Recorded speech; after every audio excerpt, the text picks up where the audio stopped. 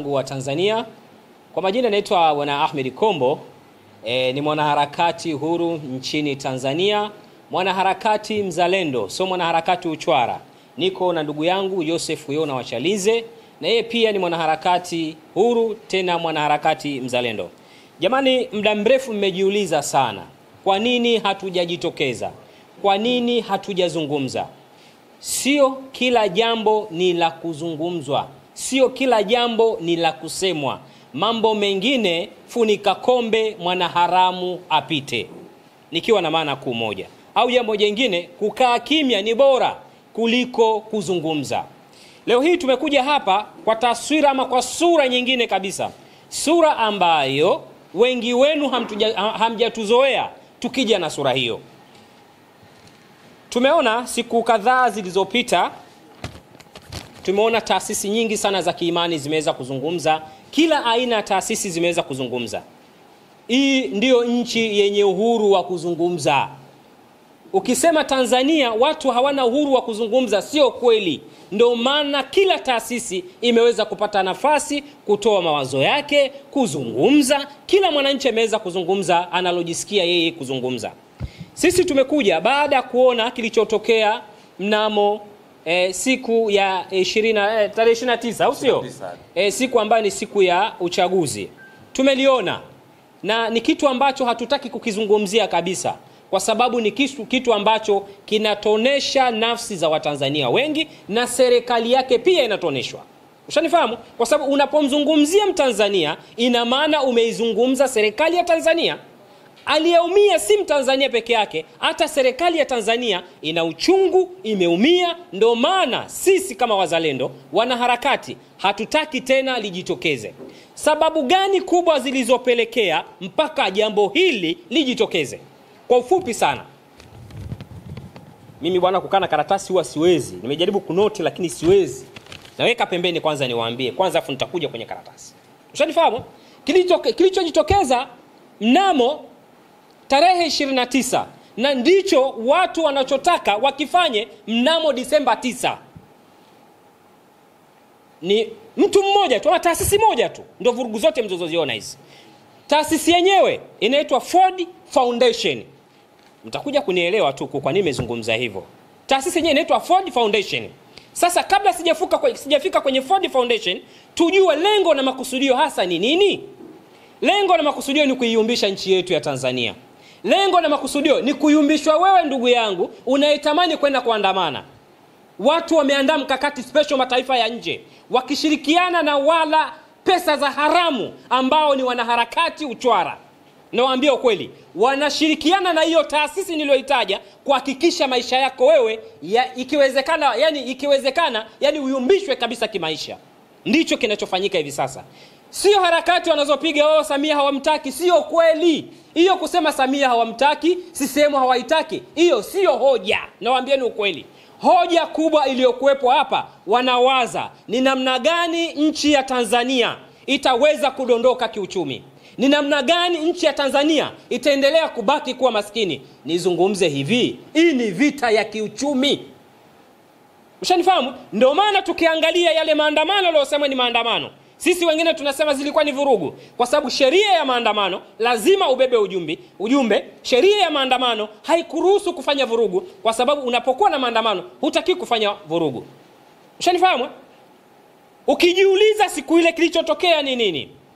Tunajua start point iliyoanzia maandamano ni sehemu gani, na mpaka ilipoenda kuishia, na mpaka walichokifanya.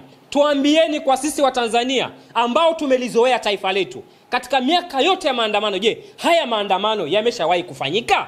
Jibu, hapana. Haya maandamano wanaosema wao ni maandamano hawajawahi kufanyika. Kwa nini walikuwa wanaharibu mali? Zile mali sio za serikali, niwaambieni ukweli. Zile mali ni za kila Mtanzania. Mimi leo hapa niambie, nani aliyewahi kumuona, nitolee tu mfano, natolea kama mfano tu, waziri mkuu akipanda daladala? Nani aliyemuona rais wa nchi yetu akipanda daladala? Nani aliyemuona makamu wa rais akipanda daladala? Nageuka upande wa pili, nani aliyemuona Tundu Antipas Lissu akipanda daladala? Jibu, hao mali, hizo mali ni za Watanzania walala hoi kama sisi. kwa sababu ili tuishi, ili tuweze kufika, hizi mali zilizoharibiwa ndiyo maisha yetu sisi. Leo hii tumeweza kuona, ndugu yangu Yona, hapa mwanzo huduma za mwendo kasi zilikuwa zipatikane kule Dar es Salaam. Zilisimama. Watu walikuwa wanateseka. Tunaona malalamiko mengi katika mitandao kwamba hawakuridhika na kile kilichofanyika. Na bahati nzuri nimemwona binti mmoja alikuwa Chadema. Akasema yeye alikuwa miongoni mwa watu waliohamasisha hayo maandamano yao, vurugu zao. Ushanifahamu? Kwa lengo kubwa hapa ni nini? Lengo ni kwa ajili ya kutaka kuiumbisha serikali ili serikali ihangaike na jambo jingine, isihangaike na uchumi wa nchi. Ndio pointi yao kubwa. Ili wafikie kwenye malengo yao wao wanaoyataka. Mnanielewa? Aliyesoma Cuba peke yake ndo atanielewa. Wengine kunielewa itakuwa ni kazi. Hiki kinachoendelea. Hawa wanasikilizwa kwa sababu zifuatazo. Sababu ya kwanza, wana watu wengi katika mitandao ya kijamii. Wamejiwekeza katika mitandao ya kijamii kuhakikisha wanaivuruga serikali ili waweze kutimiza azima zao, yani makusudio wao. Kwa hiyo haya hayakuwa maandamano kwa ajili ya kuweza kulitetea taifa. Yale hayakuwa maandamano ya kulitetea taifa, yalikuwa maandamano ya kuliua taifa. Hivi kama mtu anawaza eti kuipindua nchi, hivi kwa akili timamu unawazaje kuipindua nchi? Eti mtu anahamasisha maandamano anasema eti nchi ipinduliwe. Why? Kwa nini? Ndio maana nikawaambia hii ni vita ya kiuchumi ambayo huyu Ford Foundation, mimi nina ushahidi. Huyu Ford Foundation alishalalamikiwa nchi ya Kenya na rais wa Kenya. Na wawekea sauti. Na ikiwezekana kama mtaweza kuona kwa video, sio mbaya. Maana sema kasema Kombo ametoa maneno yake tu huko. Msikilizeni, huyu ni Ruto. Ngoja niongeze sauti. Hiyo pesa wanatoa, narudisha tena huko. Ifanye fujo ndio wapate faida gani? Sikilizeni. Mimi nataka niulize watu wa Ford Foundation watuambie hiyo pesa wanatoa ifanye fujo ndio wapate faida gani? We are going to call them out and we are going to tell them if they are going to sponsor violence. Niishie tu hapa. Ina maana hapa taswira mmeiona. Ford Foundation anahangaika na East Africa. Niwaambieni utulo kweli. Anahangaika na East Africa, nawaambieni ukweli. Kuhakikisha East Africa haijiwezi. Lakini swali ambalo binafsi mimi najiuliza, na wewe mwenzangu unapaswa ujiulize, ni kwa nini? Ni kwa nini wamesponsor watu Kenya? Kijana wa Kenya waliumia sana. Wale ni ndugu zetu, tuna haki ya kulalamika. Ushanifahamu? Wakaleta Tanzania, wakaleta vurugu wetu, wataka kupindua nchi. Ford Foundation kweli wakuja kuhamasisha vijana wetu wapindue nchi. Angalia mwisho wa siku wamekwenda kuumiza watu ambao hawana hatia. Ni kwa nini? Wanatafuta nini? Shida yao kubwa ni nini? Mimi niseme kilichonishangaza zaidi, hawa Ford Foundation, kwa nini nazungumza hivi? Kuna taasisi kama 6 na wote sisi hapa tunazijua. Ila 6 zitamka. Mwenye akili timamu akiingia mtandaoni ataziona. Wengine ni vijana wenzetu ambao tunawaamini. Taasisi moja tunaifahamu. Sitaki tukitaje tu jina. Jamii Forum. Nani? Jamii Forum. Inaitwaje? Jamii Forum. Inaitwaje? Jamii Forum. Amesema ndugu yangu, sijasema mimi. Imewekewa shilingi milioni 500 sawa sawa na dola milioni 200. Kwa lengo gani? Kwa shida gani? Kwani Tanzania tumewakosea nini? Ford Foundation, mimi niombe serikali yangu kwa unyenyekevu wa hali ya juu. Maisha ya Mtanzania yana thamani kuliko Ford Foundation. Maisha ya Mtanzania yana thamani kuliko Ford Foundation. Tuchunge, tunawaomba serikali yetu. Hizi taasisi zilizoshirikishwa 6 kwa kupewa pesa na Ford Foundation zifutwe kwa nchi yetu. Kwa sababu tunachokihitaji sisi ni amani.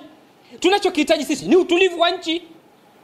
Hoja zao wao wanazozisema sio hoja ambazo wanazilenga.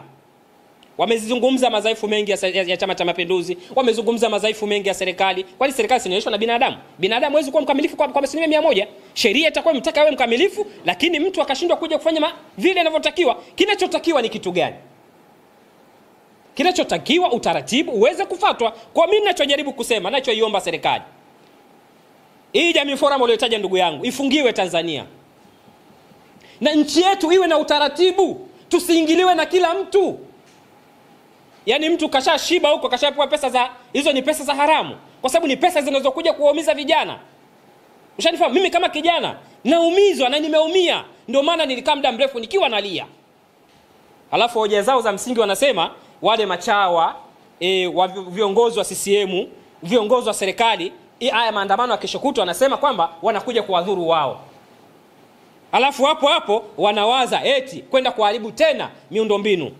Eti wakaharibu tena bwawa la Mwalimu Nyerere. Alafu mtu anasema ni maandamano. Eti mtu akitoka hapo akaharibu tena mwendo kasi. Hayo maandamano ya Disemba 9 wanawasema hayo. Ndio mikakati yao ndio hiyo. Nawaambieni ukweli. Wakitoka hapo wamesema wakaende wakalilipue treni ya mwendo kasi. Ndio targeti zao. Wakitoka hapo wanaenda kuyavuruga tena maji. Ndio mikakati yao walivyoipanga ni hivyo. Na sasa hivi wanasema watakwenda tofauti na vile. Ndivyo wanavyozungumza wao wenyewe. Ndio maana dada yao mmoja baada ya kuona misheni zao zinafeli akaanza kuwalilia Watanzania. Jamani, Mange Kimambi ni jina anayenyonya damu za Watanzania. Nawaambieni ukweli. Mange Kimambi, Twaha Mwaipaya na wengineo wote ni Watanzania wanaonyonya damu za Watanzania. Mtanzania ndugu yangu, ni muda wa kutafuta maisha yetu. Tusikubali kukumbwa na kundi ambalo halina maana. Leo hii mimi niseme sawa, mmezungumza baadhi ya vijana, tumezungumza, ujumbe umefika. Rais ameteua sasa kiongozi wa vijana. Kuna waziri special wa vijana. Sisi kama wananchi tumpe dhamana rais wetu kwanza. Tumpe dhamana, tumpelekee malalamiko wetu waziri wetu. Bwana, vijana tuna tatizo 1 2 3 4 5. Tuone serikali itatutekelezea, na milango ya kwa rais iko wazi. Sio mpaka kufikia hatua eti kutaka kulipindua taifa. Eti watu wanasema wanataka wampindue rais. Watu wanataka kuipindua. Hivi nyinyi mnajua maana kupindua taifa? Ukipindua taifa mnavyotaka lipinduliwe, hakuna kijana atakayebaki salama, na hao watakaopindua, hao wanaotaka Ford Foundation. Yona, nina mengi naweza nisiamalize. Kwa kumalizia, hii karatasi yako mimi siitaki. Na ikataa hadharani kabisa. Hii karatasi siitaki. Nachoomba ndugu zangu wa Tanzania, tusikubali kuyumbishwa na watu ambao wana maisha yao wao kama wao. Kwenye maandamano haya hatujamuona shangazi yake, mama yake, baba yake, mdogo wake Mange Kimambi wala Twaha Mwaipaya. Hatujawaona. Waliojazwa chuki, na wengine siwazungumzi, ila waliojazwa chuki, vijana ambao tulikuwa tunaona kwenye mitandao ya kijamii wakiwa wanatoka walikokuwa wamefungwa, wengi wanajuta. Mwingine alienda kuandamanishwa kwa shilingi 10,000 rafiki yangu. Kajaziwa mafuta shilingi 9,000. Hivi kweli unakwenda kuriski your life kwa sababu ya shilingi 10,000? Jamani, hawa mpango wao ni kulipindua taifa, jeshi letu, nchi yetu na usalama wetu. Waangalieni hao watu wasichekewe. Yona, mimi nina mengi kuzungumza, malizia wewe kwanza. Sogea. Okay. Naitwa Joseph Yona wa Chalinze, mwanaharakati huru. Lakini kubwa ambacho leo tunakuja kuzungumza ni mambo ambayo yalitokea, na bahati nzuri mimi na rafiki yangu Kombo tumekuwa tunazungumza sana haya mambo na tumeyasema sana, na nakumbuka historia inaonyesha kwamba ninyi waandishi wa habari tumekuwa tunazungumza sana. Na mimi wasifichi kama wengine kwamba nilikuwa upande ule wa pili, nilikaa zaidi ya miaka 13. Kwa hiyo mipango yao mingi naijua, na ndio maana sijawahi kutikisika. Hata kama wakinitisha mimi sitishiki, kwa sababu wengi wenu hamuijui, sisi tunaijua. Haya mambo yalianza mwaka 2012 niliwaambia. Na ndio maana mwandishi mwenzenu ilivyoanzisha operation Sangara baada ya kumuua kijana Arizona kwenye maandamano, hawa upande wa pili ambao ni chama ambacho kilisema hakitashiriki uchaguzi kilienda kumuua mwandishi kule Iringa mwaka 2012, siku ya sensa. Yani siku ambayo serikali imetangaza kwamba hakuna maandamano, hakutakiwi kuwa na maandamano, ni siku ya uchaguzi tarehe 29. Ilitangazwa hivyo mwaka 2012 Nyororo Iringa, kulikuwa na swala la sensa nchi nzima. Hawa wenzetu wakaandamana kule bila kufuata kibali, wakasababisha mwandishi auawe. Kwa hiyo naomba mtafakari hilo na muangalie namna gani wanavyoishi hao wenzetu. Lakini haya yote mnayaona ni siku ambayo kiongozi wao alitamka kwamba anaenda kukinukisha. Bahati nzuri mimi na Kombo tulipata alert ya kuwaita waandishi, tukawaambia hawa jamaa wana kitu, lazima serikali ifuatilie, kwa sababu siku ya uchaguzi ni siku nyeti ambayo jeshi letu la polisi, nyie mnajua, polisi wote nchi nzima hawafiki 20,000. Sasa Tanzania nzima kulikuwa na vituo vya uchaguzi, vituo 1099 nchi nzima. Maana yake polisi wakijigawa hawawezi wakatosha vituo vyote, na ndio maana polisi waliomba mpaka jeshi la akiba liwasaidie. Sasa maana yake hawa jamaa, si tulizungumza na nikawaambieni, huyo John Heche ameenda Nairobi Kenya kwa ajili ya msiba wa Raila Odinga.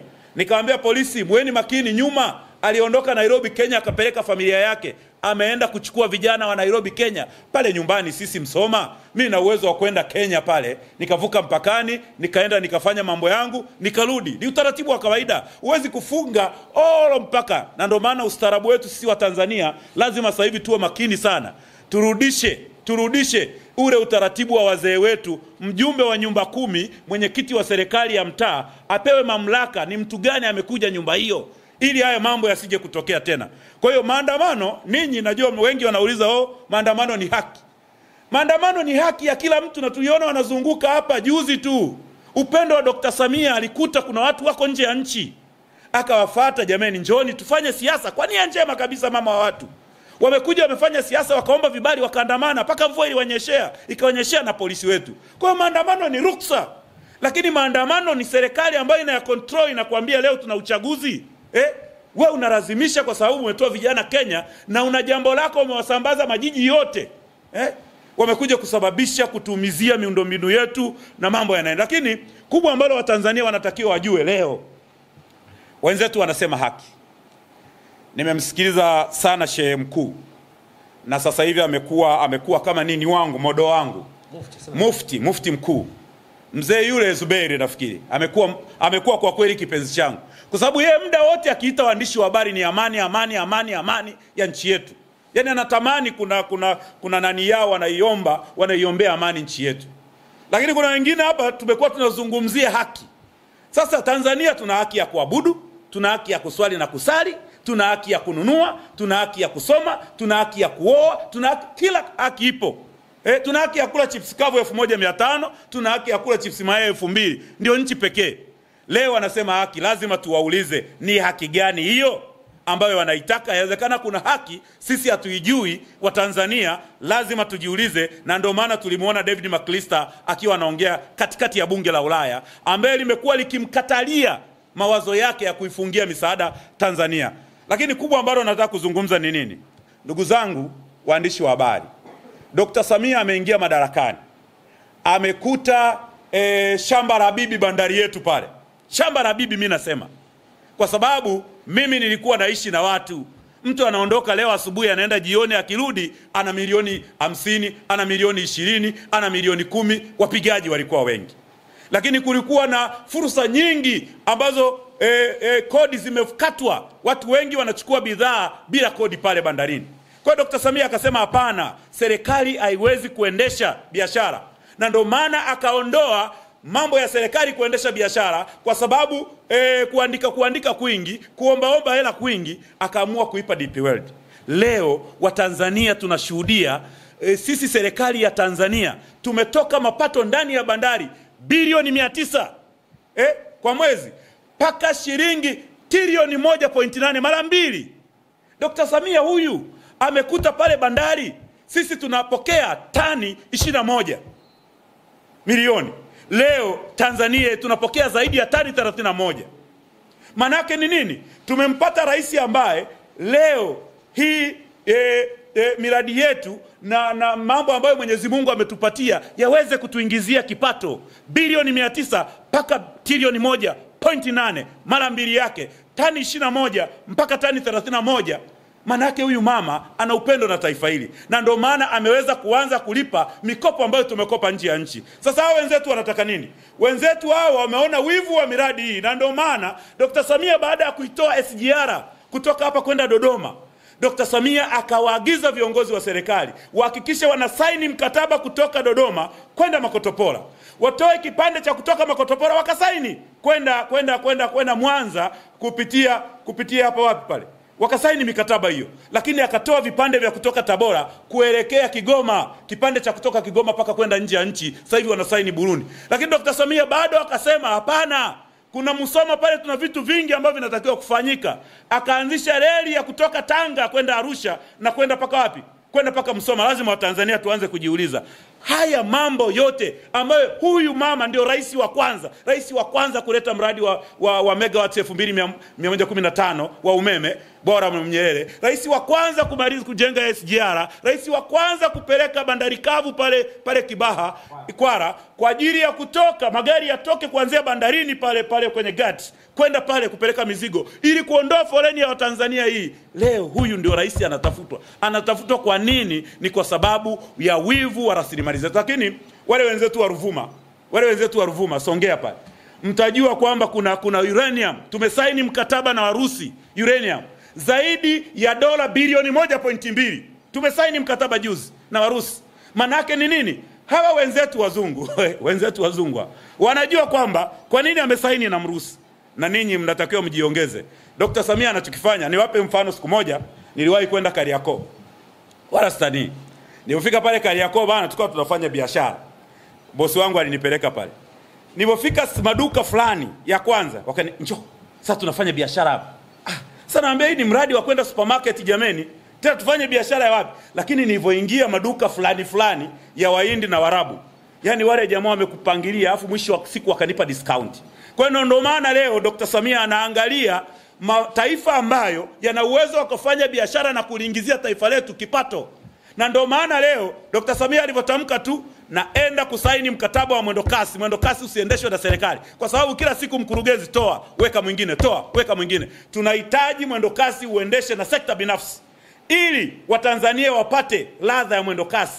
Leo unakuta mtu kaendesha mwendokasi kwa sababu ni serikali, ameandikiwa masaa ya kufanya kazi, anaondoka anafika hapo kivukoni, anafika sijui wapi huko, anasimama kwa sababu ya masaa 4 anatakiwa kufanya kazi, anaondoka kwenda kupumzika. Ni kwa sababu ya serikali. Dr. Samia anasema hivi, ni lazima tuhakikishe sekta binafsi inaendesha biashara ili serikali iendeshe masuala ya kiutawala, kwa sababu hii toa weka ni kitu ambacho kinatupeleka ambapo sipo. Kwa hiyo mimi nasema ndugu zangu, haya yote yanayofanyika ni mambo mazuri, lakini wenzetu hawayaoni. Na ndio maana leo nasema mwenzetu huyu, kuna dada mmoja anaitwa Mange Kimange, malaya mmoja hivi, yuko Marekani huko.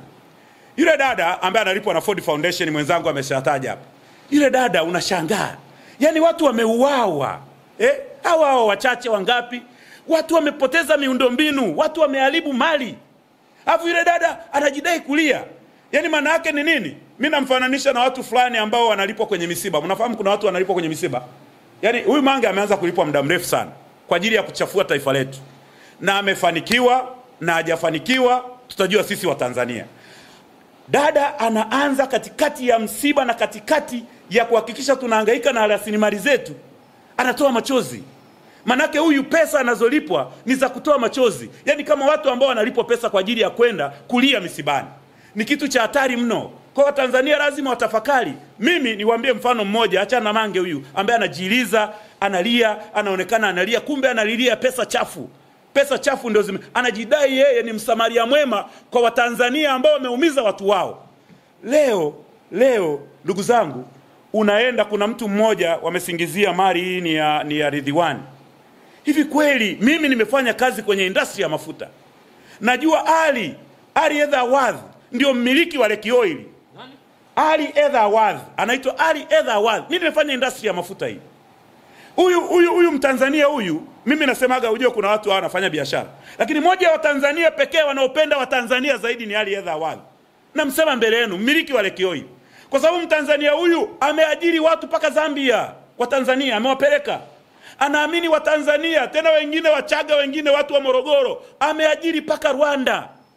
Mimi kuna rafiki yangu mmoja ameajiriwa Rwanda na Ali Edha Awadh. Ali Edha Awadh alisema tunataka wa Tanzania wafanye biashara zetu. Ali Edha Awadh ukienda kila sehemu ameajiri wa Tanzania. Leo unachoma vituo vya mafuta 38. Jiulize hivi, leo vituo 38. Naomba nitoe mfano. Mimi nimefanya kazi kwenye industry hii. Pump attendant wanaajiriwa zaidi ya 10 kwenye sheri moja. Maana yake umepoteza kipato cha pump attendant zaidi ya 10 kwenye sheri moja. Maana yake 38 ni zaidi ya pump attendant 380. Lakini katika sheri kuna manager, sheri kuna supervisor, sheri kuna walinzi wawili. lakini sheri kuna mhasibu, watu 5. Maana yake 380 gawa kwa 2 ni zaidi ya watu 500 na kitu wamepoteza ajira. Maana yake kwenye sheri sio tu wauza mafuta, kuna kaosh. Sheri ina sehemu ya kufanya service ya magari. Maana yake umepoteza watu 20 wengine, zaidi ya watu 700 na kitu umepoteza ajira zao. Leo Ally Awad alikuwa analipa kodi shilingi ngapi ya serikali? Leo umepotezea mapato serikali. Alafu mtu mmoja anatokeza analia machozi na Watanzania tunamwangalia. Lakini kitu kimoja ambacho nimetafakari na kuona ni sawa, kwa sababu moja, kuna binti mmoja na jamaa mmoja wanafanya kazi kwenye Lake Oil. Walikuwa wameshanunua kashamba kao na viwanja wao, wanaanza kujenga. Wale mabinti, wale vijana wanaofanya Lake Oil wanasomesha watoto wao international school. Leo mwezi wa kwanza umefika, karo imefika. Wale watu waliokuwa wameajiriwa zaidi ya 700 na kitu walioajiriwa Lake hawatalipia watoto wao karo. Manake wale watu hawawezi tena kula vile, hawawezi kuishi kwenye nyumba ambazo walikuwa wamepanga nyumba nzuri. Kwa hiyo leo maisha haya wa Tanzania lazima watafakari. Hawa watu wanaenda kuchoma Lake Oil kwa ajili ya kusababisha Watanzania zaidi ya 700 na kitu wakae nje, na hao wenyewe walikuwa wanawasifia hao tunataka tukinukishe. Hao vijana waliokuwa wanafanya wengine, mameneja, kuna mmoja alikuwa ananifuata comment. Sasa na yeye amekaa nje ya benchi. Alikuwa anasikia jamaa anasema tunataka tukinukishe, anacheka. Sasa amekaa nje ya benchi. Lazima tutafakari. Leo unachoma mabasi ya Esther, unasingizia Mwigulu. Mabasi ya Esther ni ya Joseph. Yanajulikana na kila mtu. Ni mabasi ya Joseph. Leo unachoma mabasi ya Shabibu ambaye anajulikana kila siku. Ni kwa sababu gani? Haiwezekani. Lazima Tanzania tutafakari na tuone namna gani hawa watu wameharibu nchi yetu. Lakini kwa nini wanaharibu nchi yetu kwenye mikataba mikubwa na maendeleo makubwa ambayo Dr. Samia Suluhu Hassan anafanya?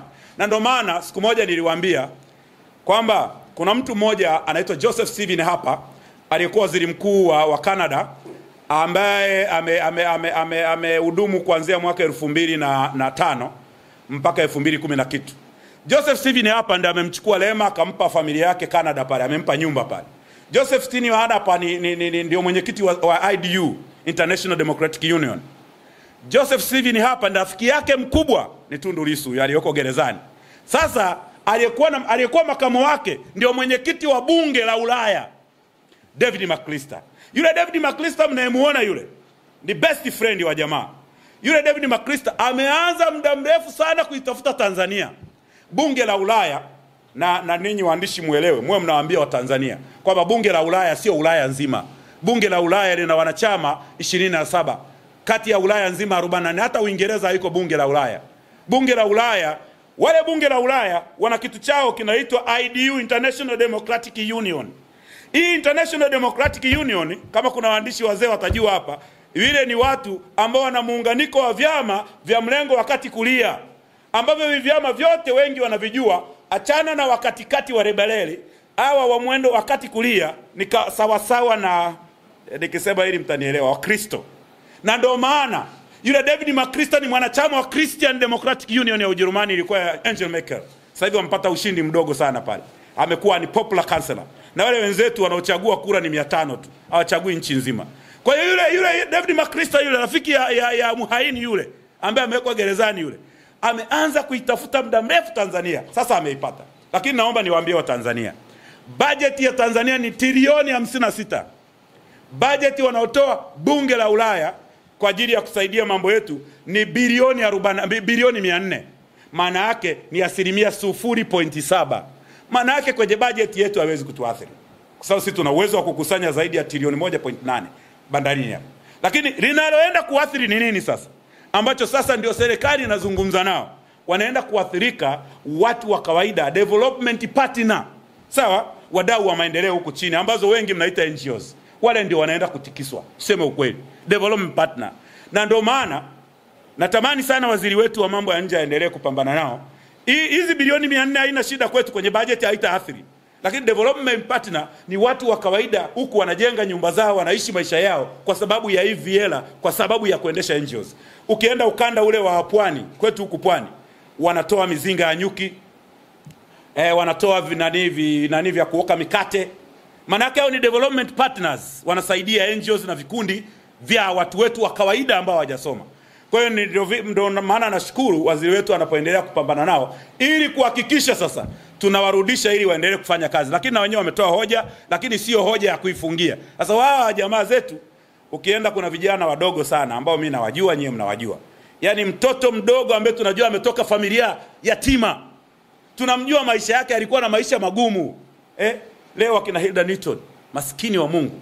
Leo akina Toa Maipaya wamefungiwa 5 stars hoteli Nairobi kwa ajili ya kuichafua Tanzania. Ambaye amekimbia South Africa ni kwa mume wake huyu Hilda Newton. Lakini Toa Maipaya bado yuko Pambalu. Yuko pale Nairobi. Wamewekwa kwenye hoteli za kifahari. Kwa nini? Afu tunajiuliza kwa nini kila kitu rais wa Kenya William Ruto alilaumu Ford Foundation. Lakini tunajiuliza kwa nini kila kitu kinatokea? Lali Madoo wa CNN anatudanganya kuna halaiki za maiti. Sasa mimi nilimuuliza siku moja, sasa hiyo satellite ilikuwa inatembea afu ikakata. Maana satellite ya CNN imechukiwa matukio yote ambayo yako kwa Mange Kimembe na Toa Maipaya. Lakini haijatuonyesha hiyo halaiki, wametuonyesha tu yani kamshare tu pale. Lakini wote wa Tanzania mnajua kama ingekuepo halaiki, manake askari wangekuwa wanachukua maiti wanaweka kwenye lori. Wanachukua maiti wanaweka kwenye lori. Satellite ingetuonyesha. Wangetoka hapo kwa sababu ya ukubwa wa watu si halaiki. Wangechimba kaburi na skaveta. Manake satellite ingetuonyesha skaveta inachimba kaburi. Hatukatai kwamba katika adha hiyo ya kukataza maandamano, watu mmeandamana, mnachoma miundombinu, wakati polisi wanasimamia uchaguzi, paka kuja wakati ninyi mnachukua mawe kuwarushia, halafu wanakuta mmechoma vituo vya polisi kuiba silaha. Lazima wachukue maamuzi magumu. Kwa hiyo tunaamini vifo vipo, lakini ukweli ni kwamba sio kiasi hicho wanachotudanganya. Kwa hiyo Tanzania lazima tuamke. Lakini mwisho, haiwezekani leo rais huyu mpendwa amekuja na vitu vya msingi pamoja na miundombinu na kusaini mkataba ya uranium, lakini wale wa Simanjiro huko Arusha wanajua kwamba kuna uranium imegundulika, tunahitaji kusaini mikataba mikubwa ya kusaidia taifa letu. Leo tunahitaji kujenga treni za speed za hapa mjini ambazo mikataba inasainiwa sasa hivi. Leo Dr. Samia amekuja na matibabu bure. Yaani ametafakari, ameona kuna watu wanaumwa kansa. Kuna watu wana maumivu hospitalini, watu wanaumwa magonjwa ya ajabu. Watu wanatibiwa kwa gharama kubwa zaidi ya 300 kwa siku. Akasema ninakuja na mfumo wa kuhakikisha hawa wanaumwa magonjwa haya watibiwe bure. Sasa hao jamaa wanaona huko nje kuna madawa yanakuja hapa kutibu kansa, wanaleta mionzi, mtu anataka kutibu bure. Maana yake nini? Hawa wateja wao waliokuwa wanaenda huko nje kutibiwa haya makansa hawatakuwepo tena. Na ndio maana bado wanamshinikiza Mange Kimambe. Lakini amesema kuanzia, hata jana waziri nimemwona amezungumza, maiti sasa hivi toa. Mambo ya kumchajisha mtu marufuku. Manake tunampata rais kama huyu na anawaza namna gani. Sasa budget ikikubali ndio inakubali. Hatuwezi kutibu tu bure bila budget. Budget imekubali, amesaini mikataba ya DP World, sasa tuna hela nyingi zinaingia, tunahitaji kuhakikisha Watanzania maskini wanatibiwa bure. Kwa hiyo lazima Watanzania tutafakari haya yote yanayotokea, na sasa wanazungumza tarehe 9 Disemba wanaenda kuandamana. Mimi naomba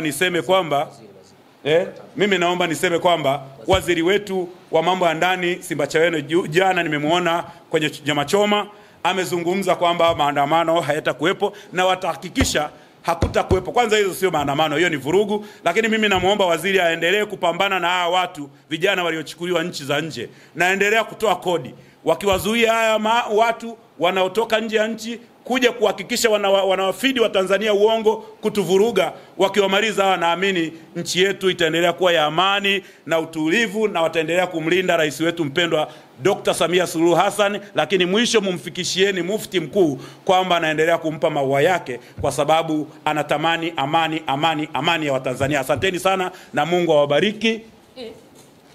Chache tu ili muhimu, maana tulikuwa tumelisahau. Leta mic. Chache muhimu sana.